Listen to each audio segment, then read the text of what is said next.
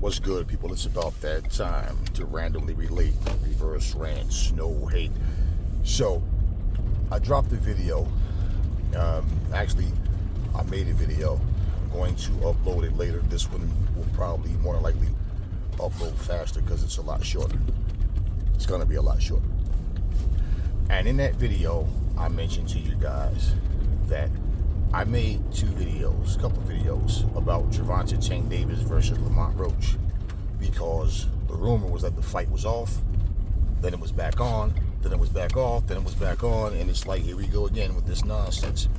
If this is a way to build interest, I don't see this as being effective, especially not enough to get, effective enough to get a substantial amount of people that normally wouldn't watch the fight to watch the fight. So either they're interested or they're not. Now, between the two fighters, we know that Lamont Roach is not a big name. So pretty much the majority of the people that will be tuning in would be pretty much Tank Davis fans. Now, my whole thing with Tank Davis situation is, now whatever he's doing, whatever's going on in his life that may be preventing him from focusing on the fight, I mentioned in that video that, Lamont Roach did say at the press conference, the word in the street is that you're not focused. Now, is that Lamont Roach's problem? If that would be the truth, no. But in boxing, you'll find that even some of your most favorite legendary fighters have looked for advantages, tried to, play head games and try to look for any little thing to work on to try to get an advantage, psychological advantage, so they can have the advantage in the fight. And, for me, I never cared about that kind of shit. I never fucking needed it. And I understand why people do it, but I'm just like, whatever, man. Whatever. But it is what it is. Now, if Tank Davis isn't focused, I wouldn't suggest any fighter get in the ring and fight if they're not focused. The problem with the Tank Davis situation is pretty much similar, almost pretty much the same thing, only it didn't get as far. We got word that Tank versus Lomachenko was like 95% done, and then the fight never happened because Loma walked away. And then Tank Davis sat there at the press conference and he was saying, Loma was supposed to fight me, and then he walked away. He was saying, like, sometimes, it get like that where you just feel like, sometimes it's not there. You don't feel it the same way. And he started even talking about how people don't think he can lose, but it's possible somebody can catch him with a shot, maybe knock him out or something and all that. Of course, in real life, okay, real time, not this fantasy world, we know that, yeah, people can lose, okay? Fighters that look the most invincible at times didn't necessarily lose to someone that you thought it was possible to. They lost to someone that you thought they were going to steamroll. See, the thing is this, and let me say this. That's why I did the thumbnail like I did as well. Because I was asked about Tank Davis. How do I really think he would have fared and with fighters in the past? And I really don't care about any of that. I make those type of, like,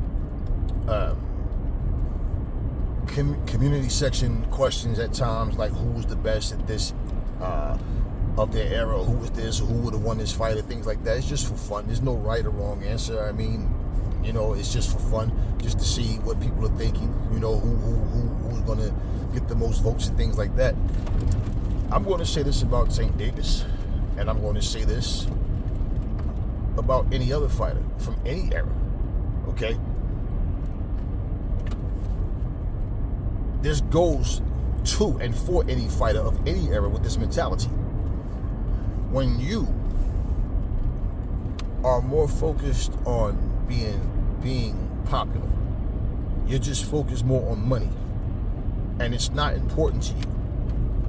A lot of fighters, like, they may have put the work in, and then say earlier in their career, midway through their career, and then towards, I'm still great, but I'm okay. I probably got another 5-6 years left, whatever type of thing. And being that fighters fight once, maybe twice a year for most of them, and at this point you'd already done put 30, 40 something fights in the bag. Well, those fighters are the ones that get in a certain, mindset of they know what they want to do. Like when Larry Holmes, I remember he was jogging and he was being filmed, and he was going, "Oh man, shit, we're 49-0." He says out his own mouth, "These caliber heavyweights, man, that's gonna be a piece of cake," right? And the criticism that Larry Holmes received from people was they're saying, "Well, damn, man, you make it sound like you're going to handpick who you want to fight to break Marciano's record." I remember people like being a little kid and you go into the deli, little corner stores or whatever, and I remember because boxing was a big topic then. That's what they would talk about in the barbershops and everything else, more so than football, basketball, anything else, baseball or whatever. Boxing was the big topic. And I remember people were saying, now, I'm not, look, you got racist folks that, he's not as good as Marciano or whatever, or you got people that just generally may think that or whatever, but I'm not even talking about that. I'm not talking about those people. I'm talking about people that felt like, why would you want to fight lesser opponents? But then at the same time, when you look at who Rocky Marciano fought, well, his criticism was, well, shit, man, by the time he beat Jersey Joe, who had moved up in weight, but by the time Joe Louis, these guys were old. He didn't beat any prime, killers out there. So it's always, every fighter's going to face criticism.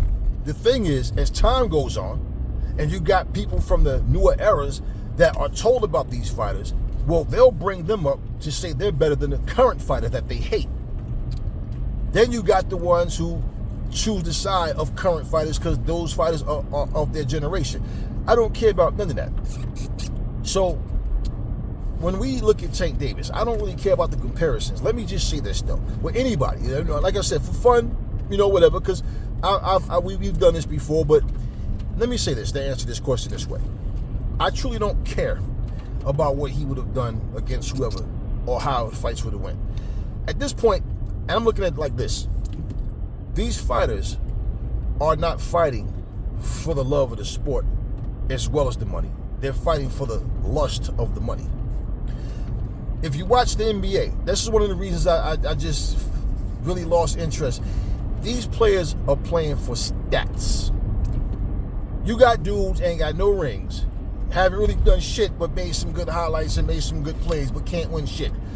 And they're comparing these people to the Jordans of the world, the Larry Birds of the world, the Kobe Bryants, the Magic Johnsons, the Vlade Divacs and all that. Man, you got to win some shit.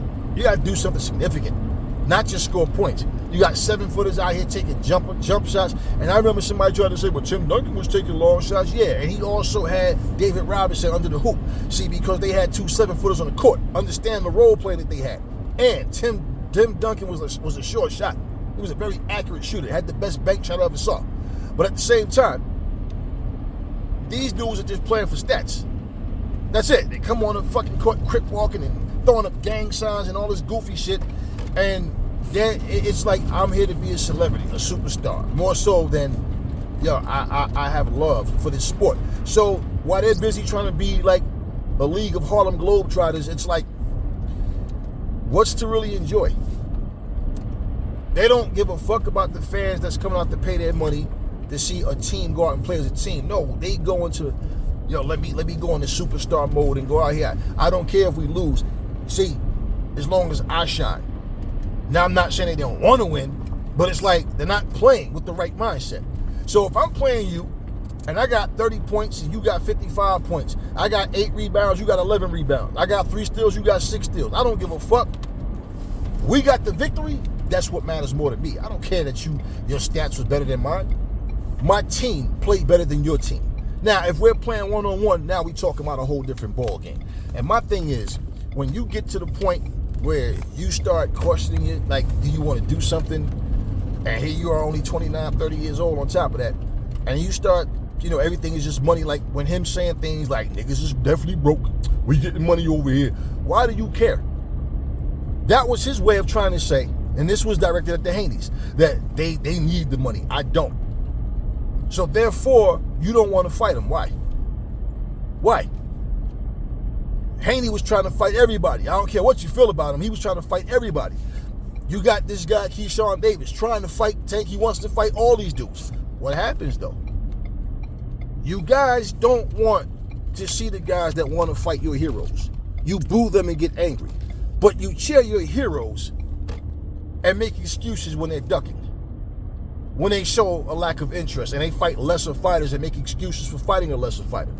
And the only excuse, and like I said, I watched Lamont Roach fight. Lamont Roach he's a decent fighter, man. You know, but at the same time, listen.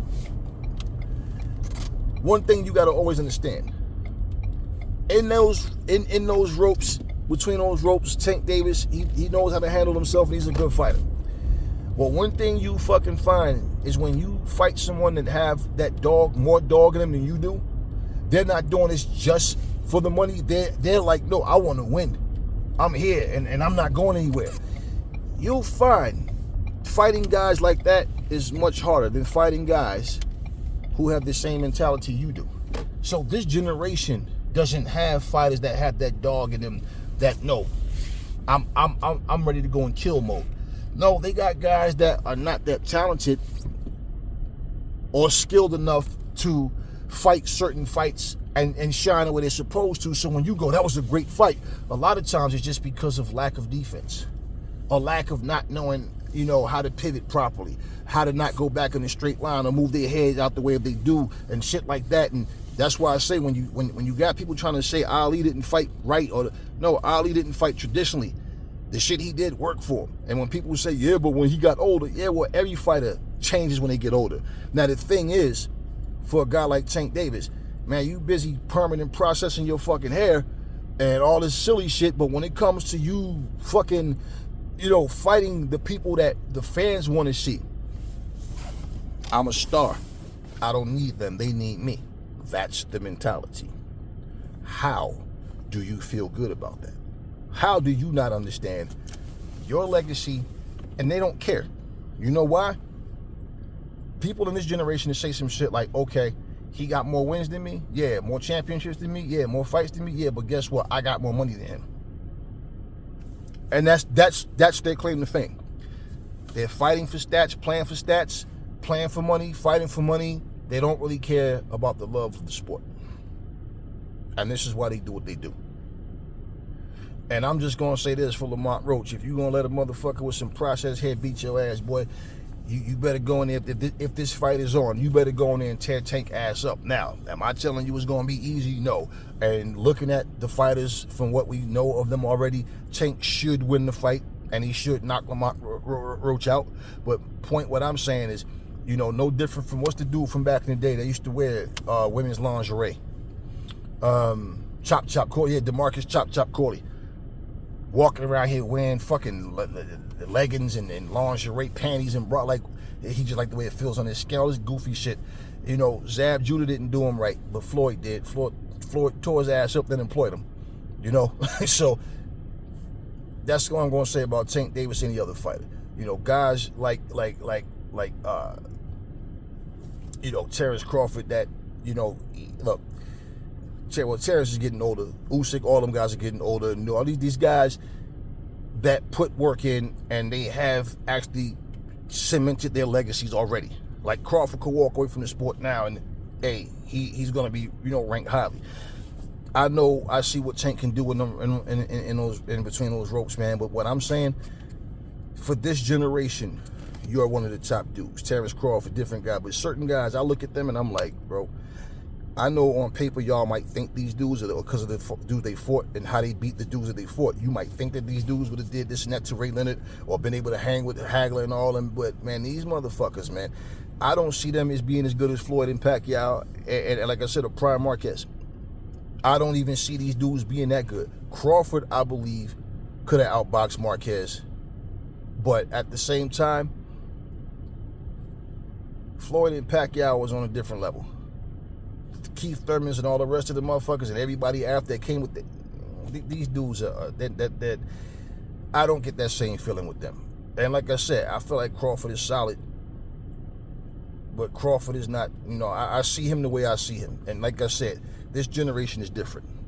You ain't never hear no Marvin Hagler talk about no fucking, I'm at a point I can do whatever I want to do. You ain't hear Thomas Hearns, I'll do whatever I wanted to, fuck the fans, I don't care what they say, and fuck them, I don't care. Nah, these motherfuckers was always trying to be the top guy. wanted to, and trust me when I tell you, when somebody got more dog than you, you'll fold and quit and say, man, fuck this. I'm rich. I don't need this shit. And they'll just quit. They'll give up. They won't fight back. They won't give their best effort, because why go through this? No. Then they start worrying about getting brain damage and getting hit too much. This is what starts to happen. They become complacent. So all I'm saying is this: if this fight is on, it's on. What happens after this, who knows? And if Tank is going to retire, then he's going to retire. Who knows? Whether the fight happens, he retires and say, fuck it, I'm not fighting no more, or he fights, then retires. However it goes, it's his career to do so. But I'm going to say this: the best fighters right now, I'm not ready to call all-time greats. If we're going to go by accomplishments, you can put some of them guys up there, but skill for skill, I don't see these dudes the way a lot of y'all do. That's all I got for y'all right now. Never fall in love with lies. Remember, the truth brings hate out of people, and I will catch y'all on the next video.